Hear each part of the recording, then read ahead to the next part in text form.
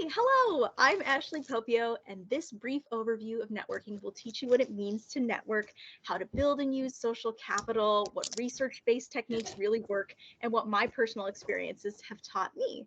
We will be doing a handful of in-class activities. Don't worry, nothing too intense. I'm not going to make you get up and jump around, but go ahead and grab either a pen or a paper or open a blank Word document or a blank Google Doc, whatever you like best, so that you're ready to participate. So here we go. Slide one, what is networking? I know this bit is a little dull, but we're going to tackle it anyway. I'm going to start off by telling you what networking is not, because there are a lot of misconceptions.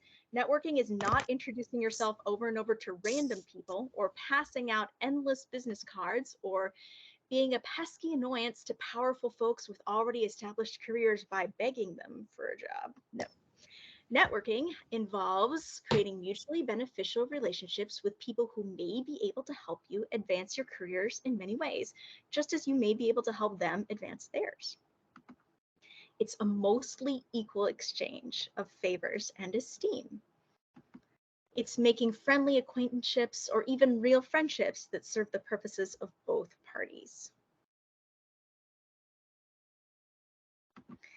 So solid networking is based on building your social capital by helping other people, being competent and available, and leaving the impression that you are friendly and useful. So the first thing that we're already going to get started with our in-class participation with is that you already have an existing network that you can use for networking to get a job right now. And so our very first activity will be to create a networking map so that you can get an idea of how deep and broad your network already is. We're literally going to write a list. So now is the time for that piece of paper or Word document or Google document that I mentioned before. I'll give you a couple of seconds to get that out.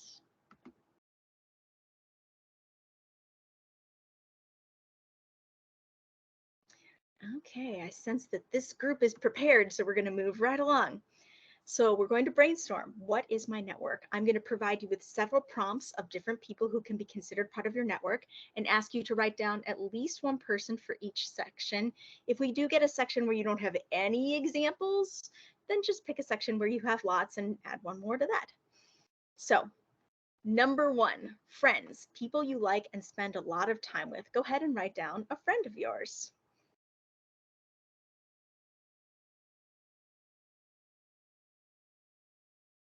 If you're a busy mom like me who doesn't have time for friends, I totally understand that. We can skip this one and go on to the next one. Number two, family, people that you're related to by blood or by choice. Go ahead and write someone down in that category.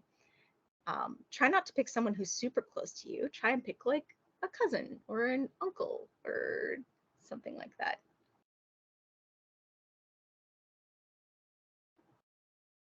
All right, number three, roommates or any people you've shared a living situation with.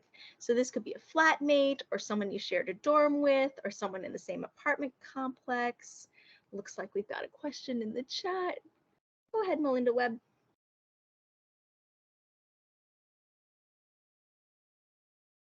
Sorry, I just joined. I am sharing my screen. Can you not see it? I can't, so I will log out and come back in. Okie doke. If you still can't see it when you come back, we'll try again.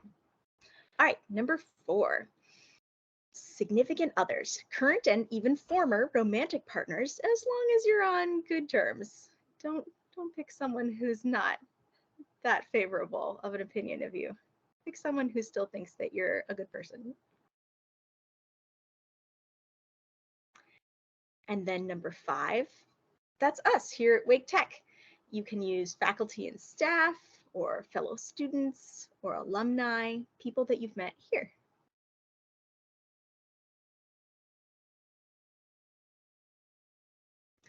But doesn't just have to be Wake Tech. There are other schools that you have attended in your life, even elementary school or middle school or high school people. And these can be folks that you attended school with or the staff, the teachers, the principals, even the janitors, anyone that you bonded with and had a connection. All right, moving on.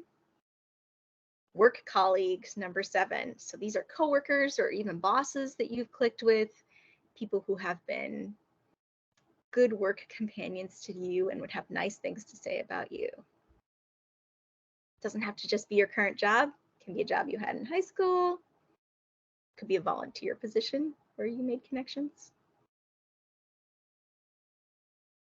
Next up, neighbors. Current and former neighbors, or even landlords if they were friendly. I know growing up, the neighbors on either side of us, we were super close. Number 9, see if you can write down someone from a professional organization. If you belong to any professional organizations of any kind, go ahead and write down someone that you met through there. If you don't, no big deal. Just add more to one of our other categories. Number 10, hobby pals. These are folks that you're on, the volleyball team with, or who attend your game night. Folks that you go to theater practice with, or people who meet you at the cosplay competitions. Folks in your chess club or on your soccer team. All right, number 11, locals. These are people that you just habitually run into at places that you go to often, kind of around your neighborhood, like the gym or the coffee shop or the grocery store.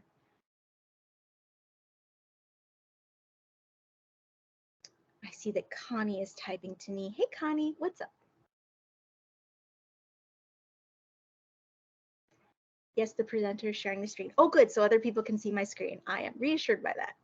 All right, number 12 is faiths. Not everybody has a faith, but if you do, you probably meet some folks there at church or religious meetings.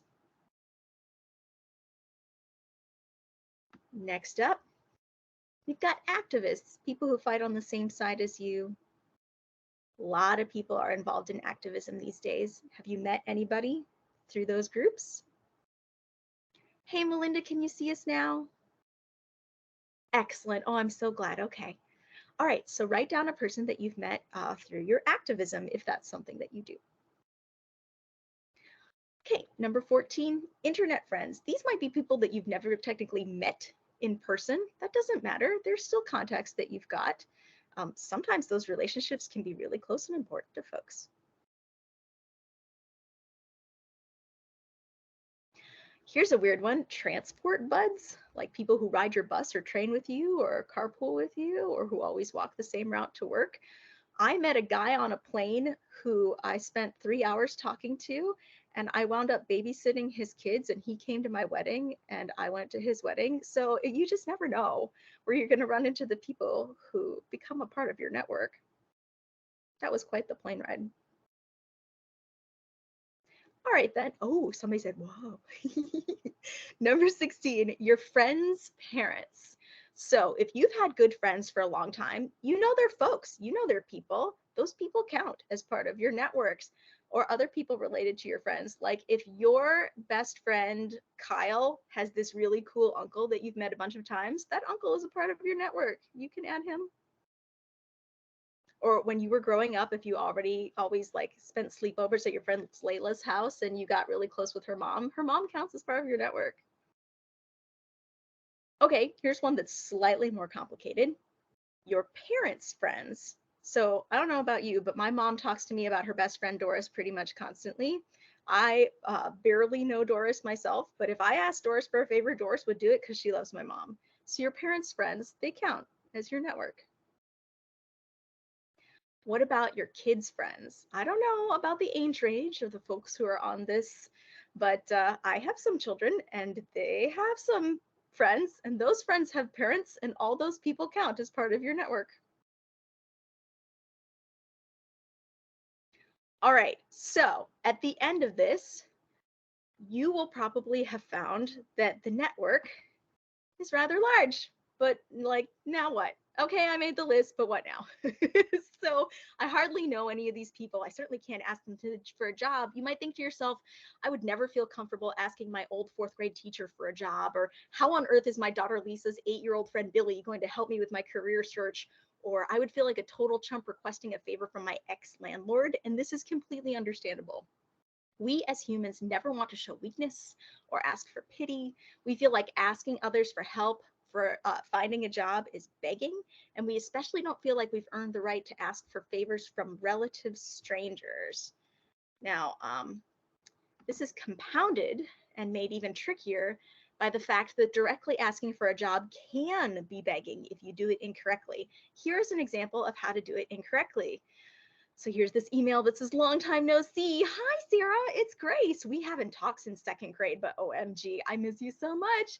Say, did I notice that you work for IBM? I just graduated from Wake Tech with my degree in computer programming. Any chance you could get me a job? Grace. Ooh, yikes. This is, as the kids say it today, a massive cringe. So how do you properly, professionally, and graciously, but directly ask people for their connections and their help? Well, there are some unwritten rules that I'm going to actually write for you so that you don't have to guess. All right, first rules for directly asking. First of all, do them a favor, even if it's small. Then remind them of your bond. Remind them how the two of you are connected. Finally, ask about them. And then wait. This is the first part. You have to wait for a response. Don't worry, I'll give you an example of this in a little bit. Then you offer information about yourself after they've responded. Give background information to show why you're seeking help. And then make your ask, but don't ask for a job. Make it a small, polite, simple ask. Ask for advice, or a cup of coffee, or a letter of introduction, or a recommendation, or something else that is easy to give. And then finally, you're going to say no pressure in whatever way you want to state that.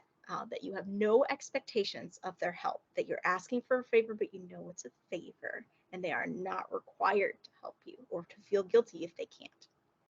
So let me give you an example of what that looks like. So, hi Sarah, it's Grace. I just came across this photo of the two of us in the second grade together, so I thought I'd attach it so that you could send it to your mom. I remember how much she loved getting snapshots of us when we were in those goofy costumes that your dad used to make us. So item number one, if at all possible, do them a favor first. Sarah's mom is going to like this picture. It's a little favor. It's a little present. How are your parents? I remember how much your mom loved getting snapshots of us when we were in those goofy costumes that your dad used to make us. So remind them of your shared connection. That's the second part. And then ask them about themselves. How are your parents and how have you been these days? Your vacation photos came across my timeline recently and I can't help but notice that the kids are getting so big. Did you all have a good time at Disney World? Your old friend, Grace. Notice no asking for jobs, no even asking for coffee in this first one. It's the wait for a response time. Now, if they never respond, then that's it. There's nothing else you can do. But often they'll respond, and it might look something like this. Hi, Grace. Oh my gosh, I haven't seen my dad's homemade costumes in forever. This is a really cute pic, and I'll be sure to forward it to my mom. The whole family has been doing great. That Disney vacation was a nightmare, though. Poor Henry threw up twice and is now banned from roller coasters, but we did get to meet Snow White. What have you been up to? You're not so old friend, Sarah. Okay, now it's time for the second half of our direct ask. So nice of you to ask. Well, I just graduated from Wake Tech with my degree in computer programming. It took a long time, but I'm proud of it. Number one, offer up information about yourself. I noticed that you're working for IBM. What an achievement. Now, make your ask politely. Make it a simple and small one, no asking for jobs. Any chance you could give a newbie like me some advice for how to get into the field? So that's the ask. And now we say no pressure. No pressure if you're too busy, but I'd love to take you out for coffee and pick your brain while we catch up. Are you available sometime next week? Okay, so now we have followed the directions.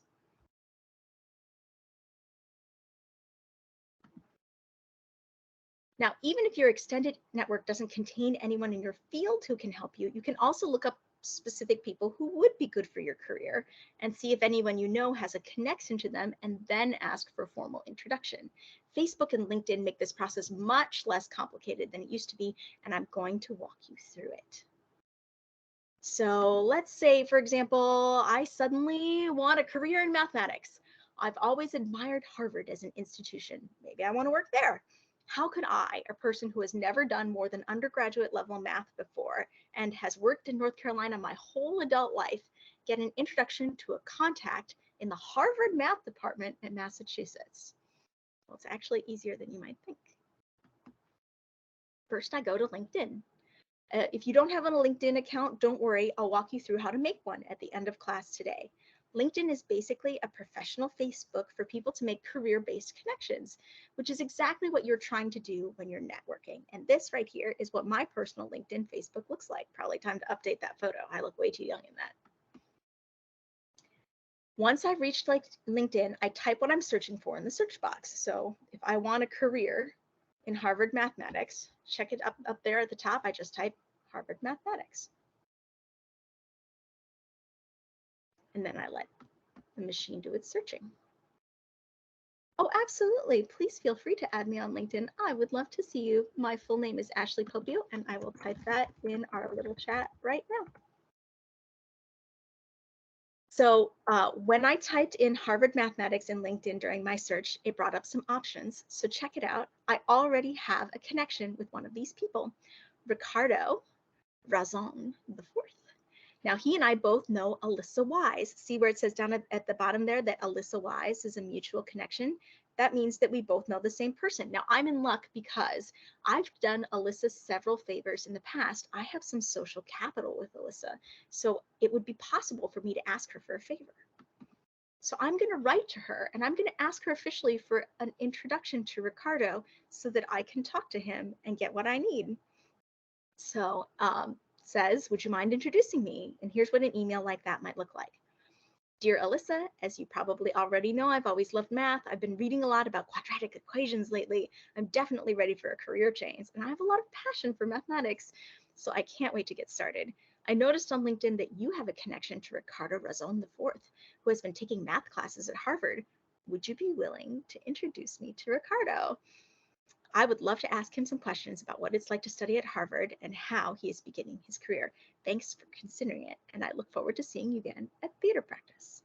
All right, so Ricardo isn't a professor at Harvard. He just goes there. He isn't even in the maths department. He's in computer science. But a computer scientist has to take some math classes, and if I write to him and ask if he'd be willing to give me some advice, I bet he would, especially if Alyssa asks him to, and especially if he owes Alyssa a favor. I bet he knows which of the maths professors are the kindest and most willing to help others. I bet he could give me the name of someone I could write to at the Harvard Math Department. He might even offer to introduce me to that person via email. So once Alyssa introduces me to Ricardo, I'll go straight to the second set of rules for direct asking, where I'll offer up information about myself. I'll make my ask politely and make it a small and simple one, like asking him to connect me to a professor in the maths department via email. Simple. And then I might state clearly that there is no pressure and that I have no expectations. So that is how you get help if you don't know anybody already in your field, even through your vast networking that we already practiced. Now, LinkedIn isn't just for discovering obscure connections. You can also use it to ask for referrals and find job opportunities. And I'm going to give you a real life example of that right now. So I acted in a musical called Legally Blonde 10 years ago, where this fellow, Tony Landavazo, was the stage manager. Now, we were only friendly then. We were never super close, and we had not spoken since that time. That's 10 years ago. When I saw on LinkedIn that he worked for a company that I was interested in, RTI International, you can see that right up there on his profile, I wrote to him. And here's what I actually said. I'll just summarize so that we don't have to do the whole thing. But it's like, hope all's well with you. It's been many years since we worked together. I came across the fact that you work for a company that I'm interested in. Would you be willing to submit a referral to help my application? And then if you feel it's been too long since we've had a personal association, no big deal. So I basically said, hi, remember me? Here's our shared bond together. And I have a very small ask for you. And you don't have to like get me a job, but could you write me this tiny referral? And then I said, no pressure. He wrote back within 2 days. He was eager to help me. See what he says? Absolutely. I couldn't find where to refer you, but I will absolutely refer you through RTI's internal referral. So please let me know if there's anything else I can do with good luck. And then done. Again, please let me know. This is a guy that I barely knew 10 years ago. He was eager to help me, and that's because helping is fun and feels good, which is something that we should remember when we ask for help. All right, so we're going to practice. It is practice time. Remember, I said that we were going to be doing some in-class activities and that you probably have available to you either a pen and paper or a Word document. So here is the template. I will copy and paste it into our chat so that you don't have to write it from scratch, but we're going to write a letter asking for an introduction together. Okay. Here it is. 1 second. Copy and paste. So this will appear in our chat. And if you don't know where the chat is, that's just up at the top of your screen, and it's next to people and raise hand, and it looks like a little thought bubble, and it says chat right beneath it. Now I have pasted into our thing just the template for writing an introduction letter, and we're going to practice writing one together. If you want to, and if you already have a LinkedIn set up, you can go to LinkedIn and do a quick search about what kind of a job that you want, or a company you want to work for, or a location that you'd like to be in. Like say you want to do nursing in Chicago, then on LinkedIn you just type nursing Chicago and see if you have any connections and see if there's anybody that you'd like to address your letter to. But if not, you can just make up names just for practice, just for right now. Go ahead and give that a shot, you guys. And I'll be right here if you have any questions about how to fill in this little template. And when you're done, if you'd be willing to, go ahead and paste what you've created into our chat so that your fellow students can see what you have done. Let me know if there are any questions. I'm going to give you 3 minutes to get started on that, and then we'll see where we're at. Hey, Ashley. I had a question. Oh, please, yes. So first of all, I don't know that I'm gonna be able to actually. I'd love to be a part of this, but I'm not sure that I'm gonna actually be able to do that because one, like you were saying, I don't have a LinkedIn profile, but that's fine. You were saying, and then also I haven't really since I'm like very at the beginning of my career search, haven't really, or at the beginning of being a student at Wake Tech, I haven't. Sorry, sorry, I got muted there for a second. You did. I haven't really started my got to the point where I've decided what career I'd like to pursue, so I'm kind of don't know exactly what I should do in that case for this. Okay, then just for our little example, pick the thing that you wanted to be when you were a kid, like marine biologist or astronaut. Okay, I can try that. Or I'll Okay, just go for it. pick. I can just pick a random one, I guess. Also possible. Thanks for asking, Silas.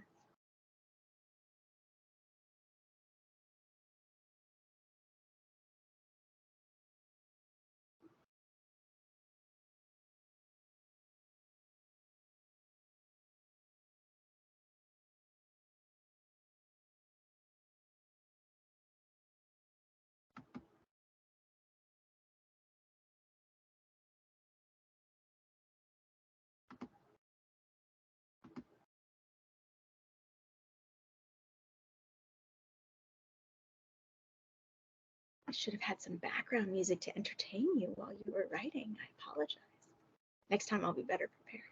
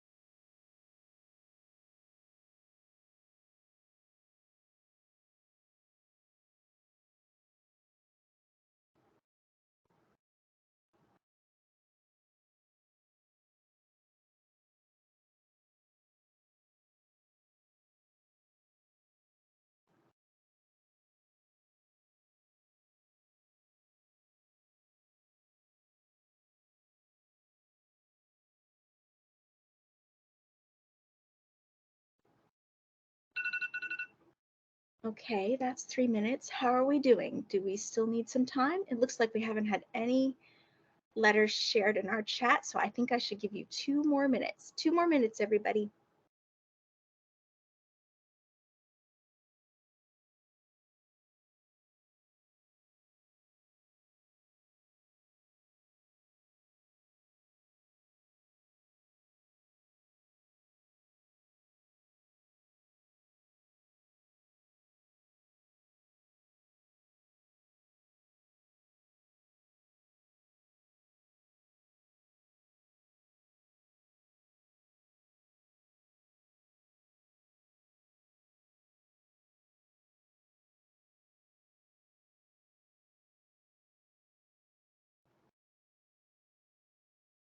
Oh, no problem, Melinda. We're pleased that you're here.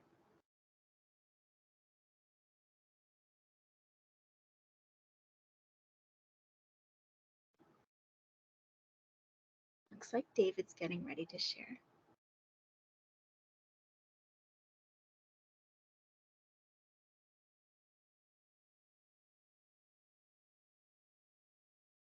Oh, I'm sorry. I understand. Technical difficulties.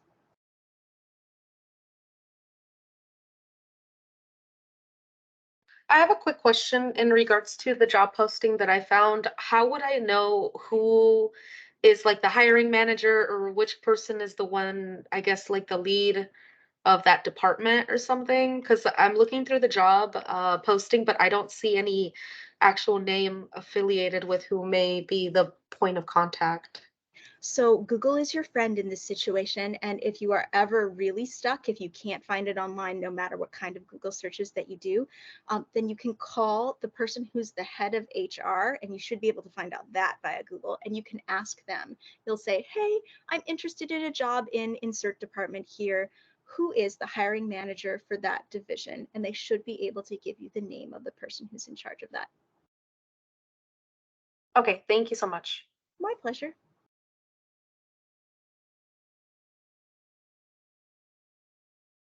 If they're a small enough company that they don't have an HR department, the front desk will probably give you the information that you need. All right, looks to me like Haley has contributed. May I read that out loud, Haley? I hope that's okay. Dear Tammy, as you probably already know, I'm approaching my graduation date at Wake Tech and I'm hoping to find a job in my field. I've spent so much time getting this degree and I have a lot of passion for business administration, so I can't wait to get started. I noticed on LinkedIn that you have a connection to Megan. Would you be willing to introduce me to Megan? I would love to ask her some questions about what it's like to work in human resources and how she began her career. Thanks for considering it and looking forward to seeing you again at crochet night. Oh, that's so cool. All right, here's Silas. Dear John Smith. Nice, Silas. As you probably already know, I'm approaching my graduation date. Yes, spent so much time. I have a lot of passion for being an astronaut, so I can't wait to get started. I know that on Twitter, oh good, that you have a connection to Dr. Arnold Stone. Would you be willing to introduce me to Dr. Arnold Stone? I'd love to ask him some questions about what it's like to work as an astronaut and how he began his career. Wonderful. Great. Dear Rob, this is Katerina. A lot of passion for cybersecurity. You have a connection to Jim Matthews. Would you be willing to introduce me? I'd like to know what it's like to work as a system and network administrator, how they began their career. Looking forward to seeing you at another SAN Summit. These are excellent. Nice work, guys. All right, I won't wait for you all to continue because we're about halfway through our presentation and about halfway through our time. So we're going to scurry along. But just so you know, if you ever need to write a letter of introduction, feel free to use that template that I just gave you so that you don't have writer's block in the way between you and wanting to get your goal. Okay, so here was our sharing thing, and we did share. Good for us. Okay, but why? So this is all well and good, but why ask people that you don't know super well for help? Like the lady that you sit next to on the bus or the guy you get your coffee from every morning. Why did I ask for help from a stage manager I had worked with 10 years ago? So 2 reasons. First, to reiterate, people like to help other people. It makes them feel good.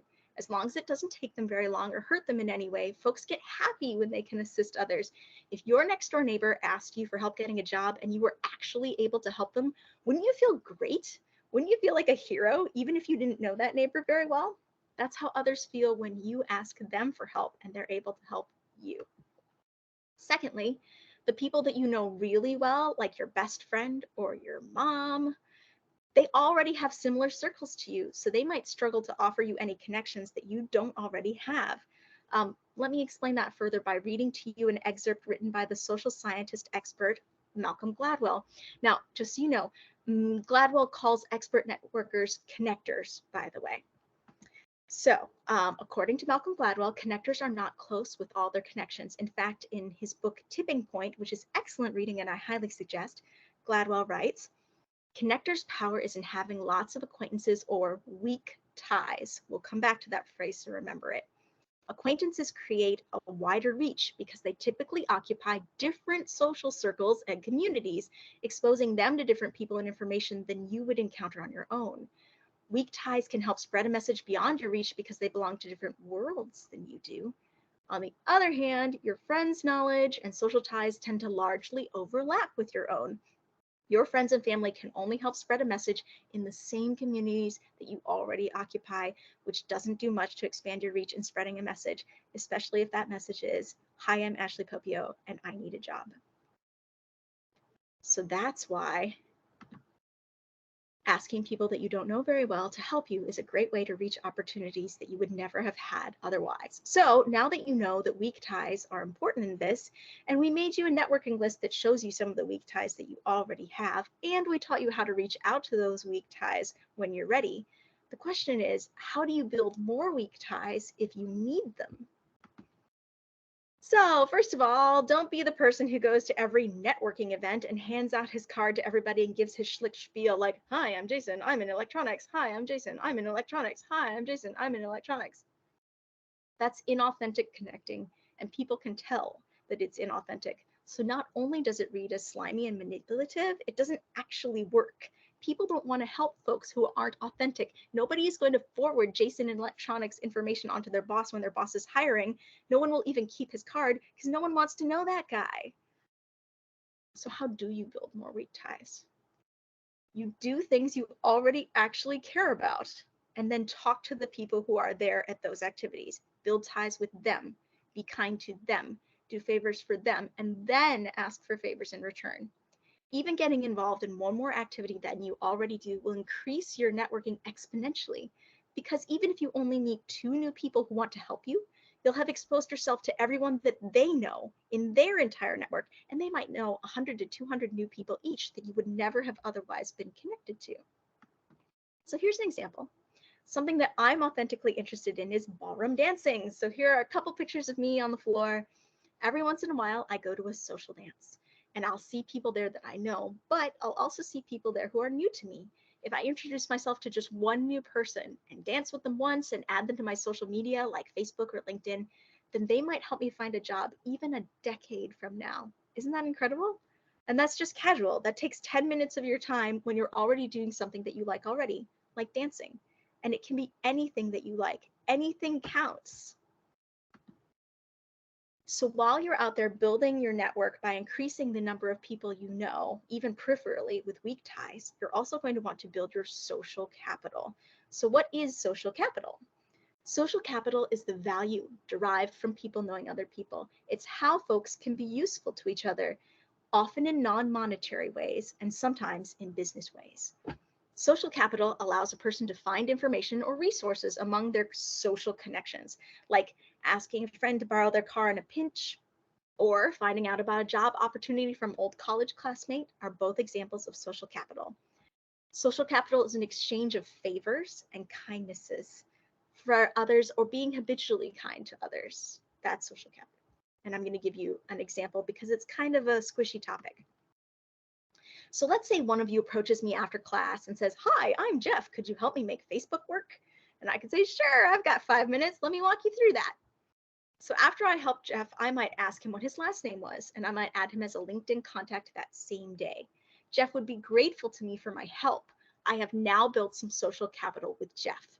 2 months pass, and now I need some help. I can't find a dog sitter for my dog, Sebastian. That's Sebastian's photo in there. All of my usual options have turned me down and my vacation is coming up fast. But I remember from my conversation with Jeff while I helped him with Facebook that sometimes he watches dogs for extra cash. So I send him a LinkedIn message asking if he's available for the dates that I need. Now, Jeff is a little busy that week. For a stranger, he might say no. Pardon. So since he's busy that week, for a stranger, he might have said no, but because he remembers how I helped him with Facebook, he wants to return the favor. He types back to me that he can squeeze me in. So I ask him to send me his rates. Because I took the time to build social capital with Jeff, I was able to get a favor that I needed in a pinch. If anything, this exchange of favors had now strengthened our business bond, and the next time I need a dog watcher, I might contact Jeff first, especially if he does a good job with little Sebastian. By getting me out of a bind, Jeff has built some social capital with me. So as you can tell, social capital is an exchange of favors. So how do you build social capital? Well, you do more favors. Pardon. So just like I talked about in the rules of networking, how to directly ask, you want to do your asker a favor first, if at all possible. This might seem obvious, but to increase your social capital, you need to go do some nice things for people whenever you can. Think of it as making deposits in a favor bank that you might or might not withdraw later. What's the worst thing that can happen? You're nice to somebody for no reason? Oh, well.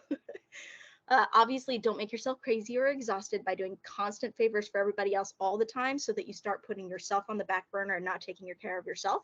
But people are way more likely to want to help you or be kind to you if you have already helped them or been kind to them.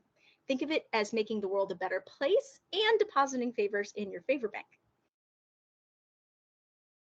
Another way you can build social capital is by being available. When people reach out to you or respond to you, especially via electronic message, get back to them ASAP. You want your requests and needs to remain top of mind with them. You want to remain on their to-do list instead of slipping off of it. And the way to do this is to turn on the notifications on your phone, or if that drives you crazy, and it drives me crazy, so I understand, then at least check all the ways that people can talk to you at least twice a day. People really appreciate when folks respond to them quickly. Everyone hates waiting. Responding quickly helps you build social capital.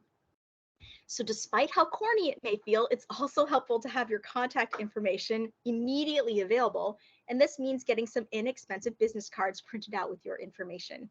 All you have to do is do a Google search online and say cheap business cards, and then fill out the information that they ask you for. That way, if you meet someone in line while you're waiting to order a sandwich, and you strike up a conversation, then you can just hand them your card on your way out the door. It's much less awkward than asking for their phone and entering in your information yourself, and it's less pressure to the person that you've approached. If they liked you, they can use your card and add you on social media. If they weren't quite feeling it, they just won't do that, and they don't have to turn you down in person to your face, which is hard on both of you. Another way to build social capital is to connect to people who can help each other even when you can't help out yourself. If someone asks you for a favor and you can't help them, you get almost as much social capital if you can connect that person with someone who can help them. This is a concept that's tough to get without an example, so I've included one here from my own life. On the left is a fellow who wanted me to direct a play of his. He said something like, yeah, I'm also looking for a director if that interests you. And I wasn't interested. I couldn't do it. But instead of just saying, nope, sorry, instead, I connected him with a person who might solve his problem. I'm like, hey, Kevin, I've been out of the business for a while, but I was very impressed with how Katie Coop directed things for the Women's Theater Festival. Here's her contact information. And I included her Gmail address and her LinkedIn link. So I connected him with a person who might solve his problem. This builds social capital for me with both parties, the playwright and the director, because I might have solved the playwright's problem and I might have gotten the director a job. They will both remember that I connected them with each other, especially if their collaboration goes well. And now they both kind of owe me a favor. So let's practice this skill. I'm going to come up with a problem and you think of someone in your network, someone that you know, who could maybe help me solve it. You're going to type that person's first name in the chat box, not full name. Don't give out any personal information, along with how they could help me. I put two problems here so you can pick. I'll read them both out loud to you, and then you either type 1 or 2 in our little chat box, along with the name of a person who could help me and how they could help. So here we go. Number 1, my small business, a cupcake shop, is having trouble attracting customers. I could use some help with designing a website or getting some ads designed or hosting small events at my shop to get the word out. I'm willing to pay for services, but I don't even know where to start. who can you connect me with and how could they help me? So that's number one. If you can think of someone right off the bat, go for it. Number two, I'm getting frustrated in my current job. I've always wanted to be an arts administrator for a nonprofit organization, but my only experience thus far has been with volunteering. How can I get my foot in the door? Who can you connect me with and how could they help me? So go ahead and either put one or two and then somebody from your networks that you think could help and include how they could help. I see so many people typing. I definitely appreciate your participation, folks. Makes it so much more interesting. So David already says that he knows someone who can help me with my cupcake business, Michael. So what David might do to gain some social capital is he might write to me and Michael at the same time and be like, Michael, you should totally know Ashley. She's got this cupcake shop and you could help her a whole bunch. You guys should work together. Give it a try.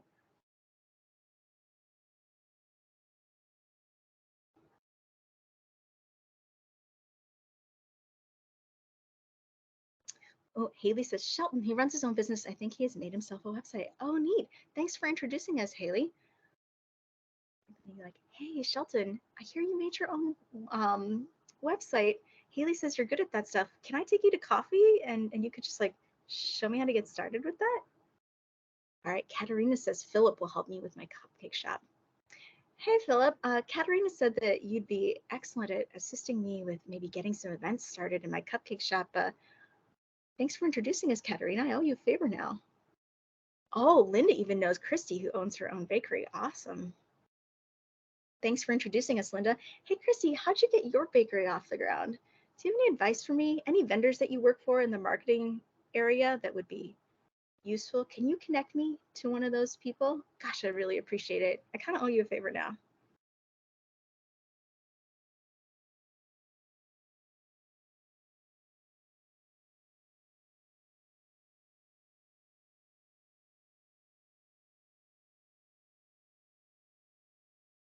I see we still have some folks typing, so I'll give you one more minute.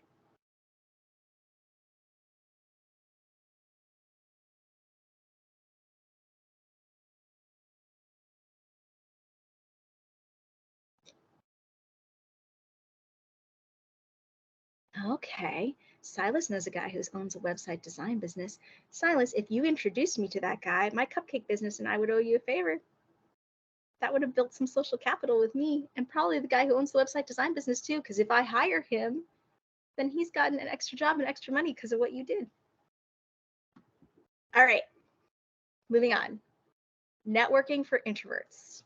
I want to take a moment here to talk about introverts and how networking in the traditional sense can be particularly exhausting for us. Yes, us. I am indeed an introvert. I am being spunky and energetic in front of you here, but after this, I will sit watching TV and doing my embroidery for hours in order to recharge.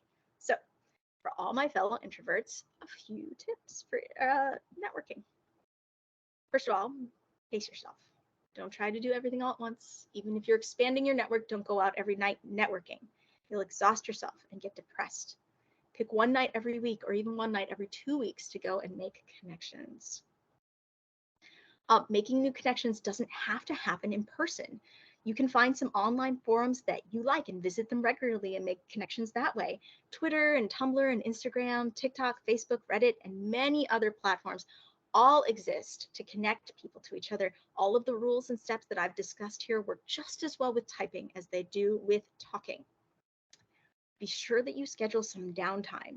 During this difficult period when you're trying to land a job and meet more people, pick one day a week where you schedule nothing and never leave the house, not for groceries or appointments or anything. Make it a recurring event on your calendar and make it clear to friends and family that it's sacred.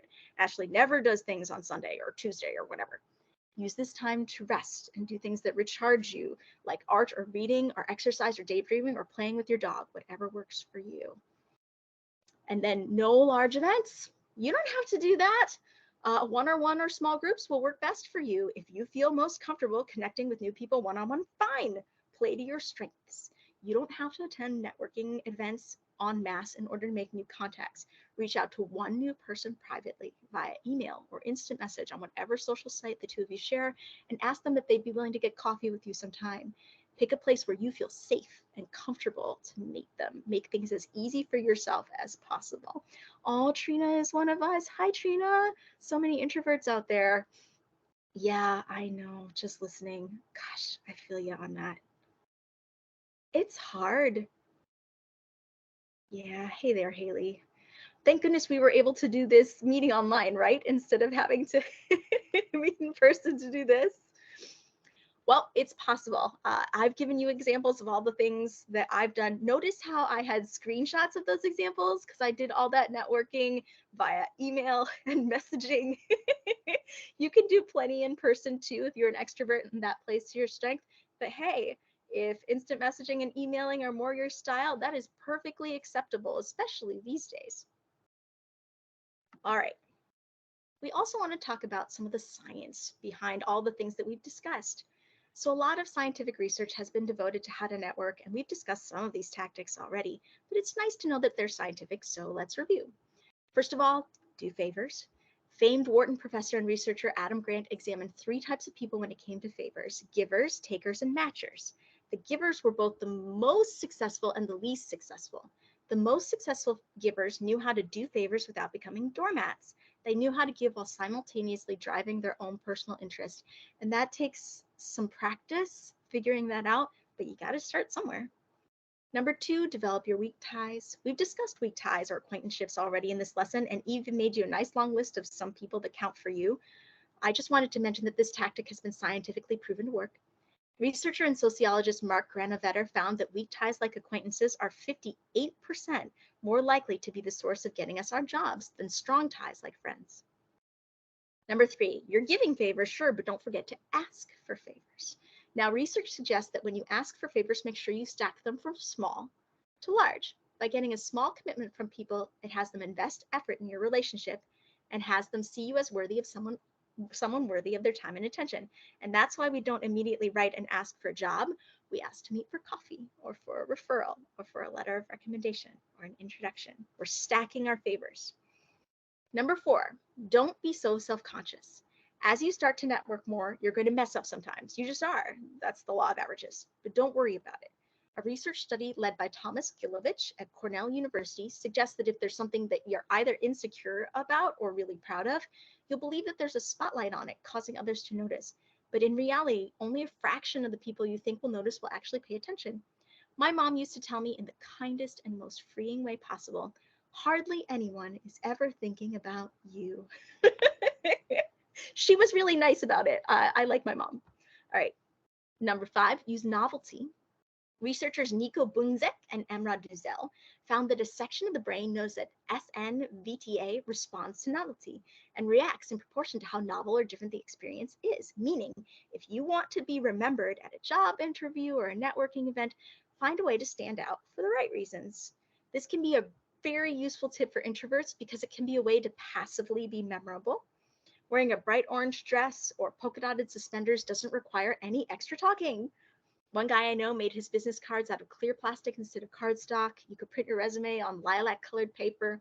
Being a little weird, odd, or unusual is actually good while networking because it helps people to remember you. It also proves that you're creative, interesting, and willing to take risks without you ever having to say that out loud. Finally, you're going to want to create curiosity. In the early 90s, George Lowenstein researched the information gap theory, which explains what curiosity is and how it works. When we're presented with new information, there will be a gap between our knowledge and the new information. If the gap is too big, we will find it intimidating, like theoretical astrophysics. But if the gap is too small, you'll find it boring, like, hi, my name is Bob. Curiosity is peaked somewhere in between. If the gap is the right size, it will draw people in and create curiosity. I'm going to give you a quick example of that, and then we will end our presentation, and I'll help folks with their LinkedIn. So here's 2 truths and a lie to show you how the curiosity gap works. Info set number 1. These are both about me. I went for a walk earlier today. I speak fluent English. I used to work at Borders Books. Now that doesn't create much of a curiosity gap, does it? There are 2 truths and a lie in there, but it's not that interesting. Here's info set number 2. I have been arrested. I speak fluent American Sign Language. I used to be a professional photographer. Now those are much more interesting facts that create a curiosity gap and makes you want to get to know me better and helps you to remember me in networking situations. So I won't make the curiosity gap last too long. I did get arrested for protesting against Confederate monuments, and I was a professional photographer for 11 years. And my ASL is only so-so, so that doesn't count. All right, so thank you very much for coming to this for this presentation, and thanks for your participation, which I really appreciate. If you would like some help with setting up a LinkedIn account, stay on the line and I'll walk you through it.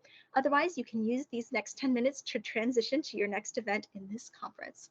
Thanks so much for joining us today, and I'll hang out right here in case anybody wants to learn how to set up a LinkedIn. I suppose I should say any questions too. Thanks, Linda, and thanks for participating. Oh, yay, thanks, Elizabeth.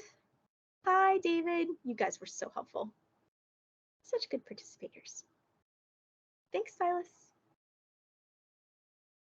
Anybody want help setting up a LinkedIn? Ashley, this is Janine, and I would love some help, please. Wonderful. Let's do it, Janine. Thank you. I will share my screen with you. Okay, entire screen. Can you follow me on your computer, Janine, on the other side? Yes, I can. Thank you. All right, first you're going to search for LinkedIn in Google. It's spelled just like that, Linked, and then in. Search for it, and you'll come up and it's got the blue in sign, so choose that. Now, it'll say login or sign up. You're going to click on that. Now, I'm already logged in, so this shows my page, but let's instead switch to helping you. Are you able to share your screen with me?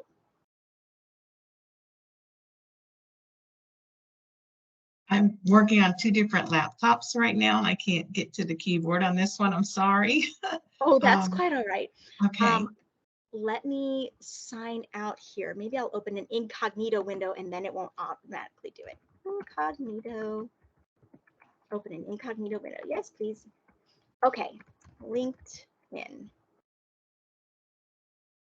All right, LinkedIn login. Yes, please. Okay. Awesome. So you'll see this screen right here, the one that I'm showing you right now. Is that what you've got? Yes. Wonderful. Down at the bottom, it says new to LinkedIn, and there's a little blue one that says join now. You're going to click on that. Okay, so you're going to enter in the email that you use most often, and you probably shouldn't use your school email if you have other choices, because you'll leave school eventually, and we want your LinkedIn to be something that you can always access. Do you have a personal email that you could put in there? I do, and I was wondering, is this the time you might want to create like a different professional email just for professional contacts, or what That would would you be a recommend? great idea. When I was younger, my personal email was hazyshadeofwinter@yahoo.com because I liked Simon and Garfunkel, and one of their songs was Hazy Shade of Winter. Now, that's not a great email because it's not super professional sounding and people do judge you on that. So if you don't have a super professional sounding email, now would be a great time to create one that was more professional. If at all possible, your professional email should include your first and last name. And you can add numbers to that if you find those are already taken, or you can put an underscore between them, or you can switch the order of your first and last name. Gmail is considered the most professional email address.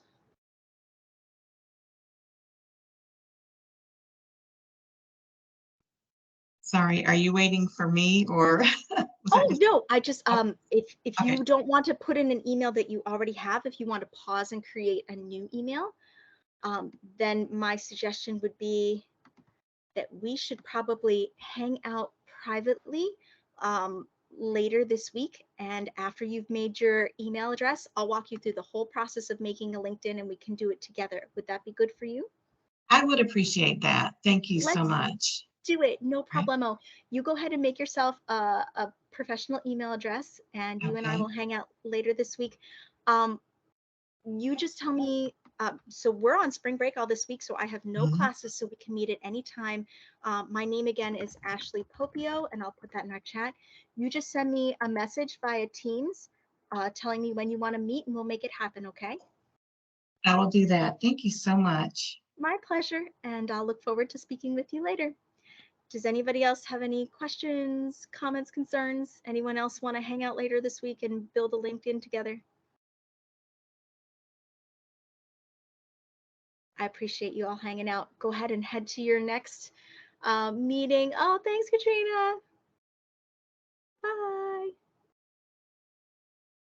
The links that are in our little chat that were sent by James say time management and organizational skills and communication skills. So go to whichever one you're registered for next. You've got another 4 minutes if you want to take a break.